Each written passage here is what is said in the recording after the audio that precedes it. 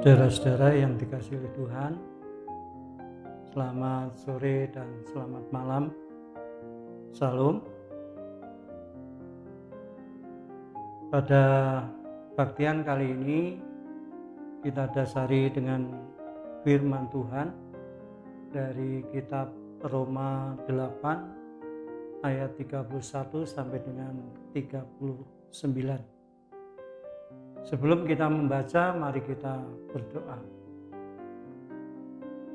Ya Tuhan, Allah kami, Allah yang kami sembah di dalam nama Tuhan Yesus Kristus, terpujilah namamu Tuhan, kekal selama-lamanya.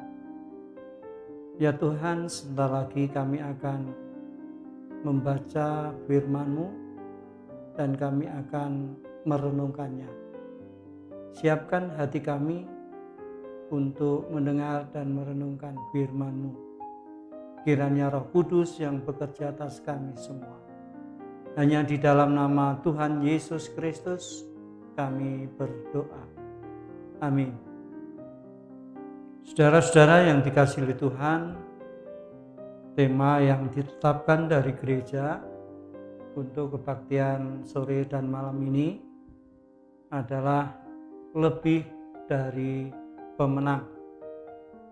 Lebih dari pemenang. Saudara, dalam setiap pertandingan atau perlombaan pasti ada yang menang dan kalah. Yang menang pasti bergembira, bersukacita, bahkan mungkin berpesta ria. Sedangkan bagi yang kalah pasti bersedih dan mungkin merasakan penyesalan yang begitu mendalam sambil berusaha untuk membalas kembali jika ada pertandingan atau perlombaan yang sama pada waktu berikutnya.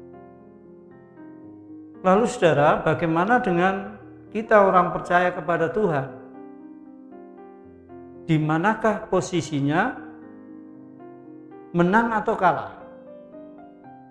Saudara-saudara, Rasul Paulus dengan tegas mengatakan di dalam renungan kita hari ini bahwa kita adalah umat pemenang oleh karena kasih. Ayat 37 disebutkan. Hidup memang tidak mudah. Kita tidak sedang piknik di dunia ini serta menjadi turis, tetapi kita sedang berperang. Peperangan kita tidak ringan,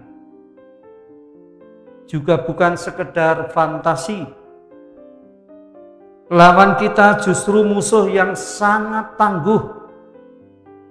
Lawan kita bukan hanya manusia biasa, bukan darah dan daging. Kita melawan tipu daya iblis yang licik. Iblis kaya dengan pengalaman terhadap begitu banyak orang.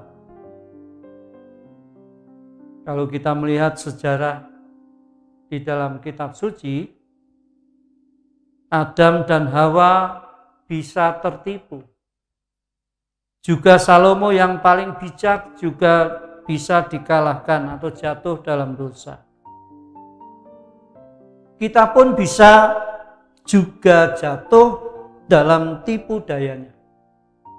Nah, saudara-saudara yang dikasihi oleh Tuhan, Rasul Paulus mengatakan bahwa ketika Allah di pihak kita, maka sekalipun ada orang-orang yang melawan, bahkan membunuh, sesungguhnya mereka sedang melawan Allah.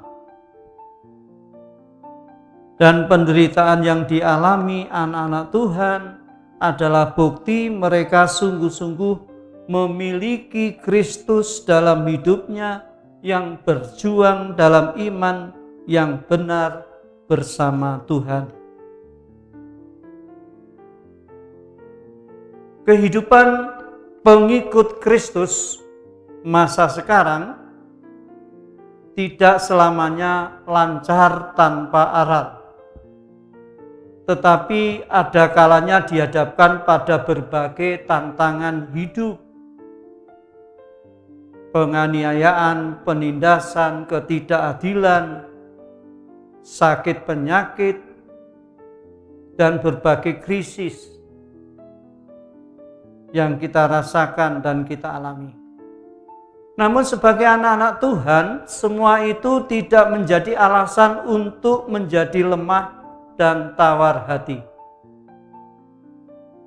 Saudara-saudara, betapapun kerasnya peperangan kita, ada jaminan yang luar biasa. Kita tidak dibiarkan berperang sendirian. Mengapa demikian?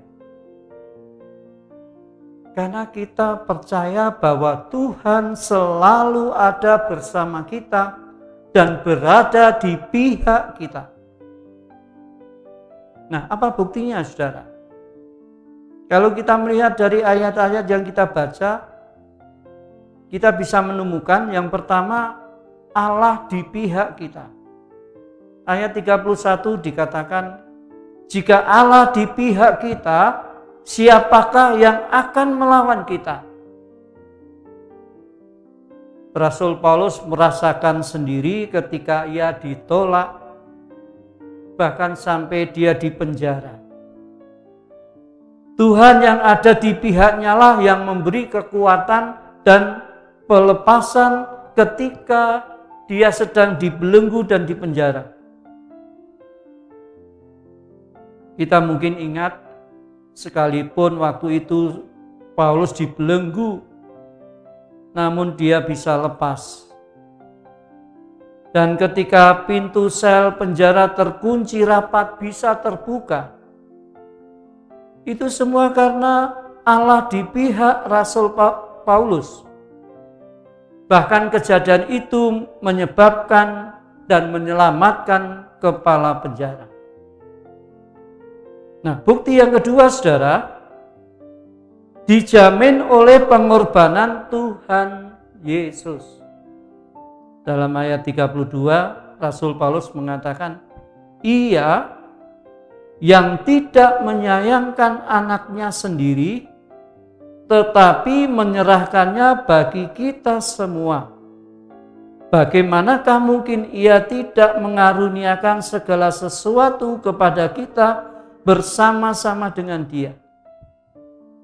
Saudara, memberikan seorang anak demi kepentingan orang lain, bahkan mengalami penderitaan demi orang lain, tentu ini adalah pengorbanan yang terbaik dan termahal serta pengorbanan yang luar biasa. Jika yang paling berharga sudah diserahkan untuk keselamatan kita, maka segala sesuatu yang lain juga akan dikaruniakan kepada kita, yaitu keselamatan. Jaminan keselamatan yang dijanjikan tidak bersifat spekulatif, tidak moga-moga atau jika Tuhan berkenan, tetapi sebuah kepastian.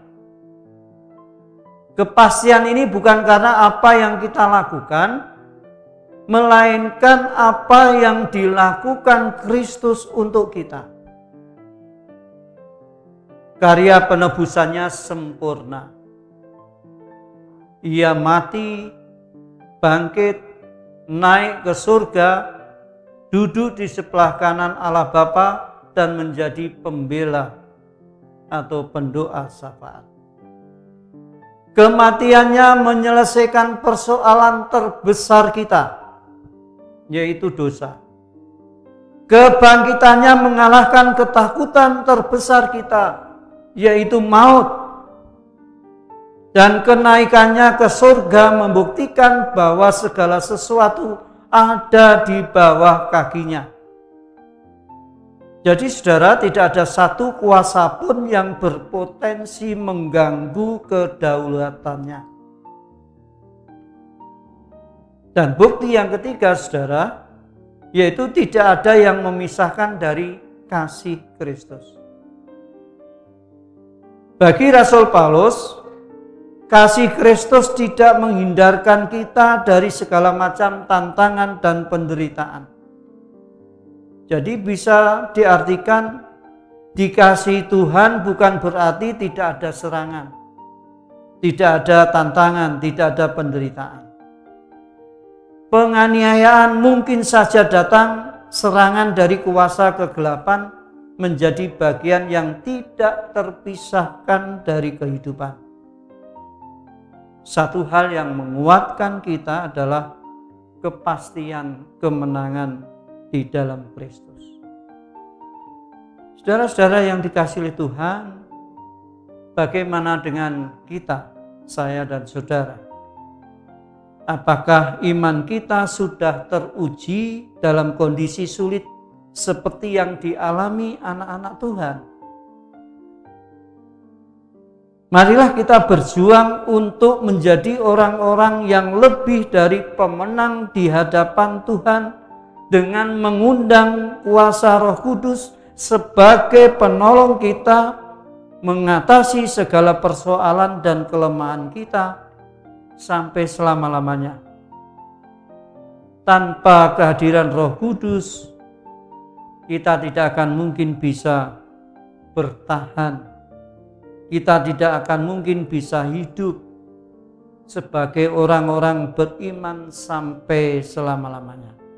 Oleh sebab itu saudara, kita perlu hidup bersama dengan Kristus dan menghadirkan Roh Kudus di dalam kehidupan kita supaya kita betul-betul bisa meneruskan perjalanan hidup kita ini dengan berkemenangan.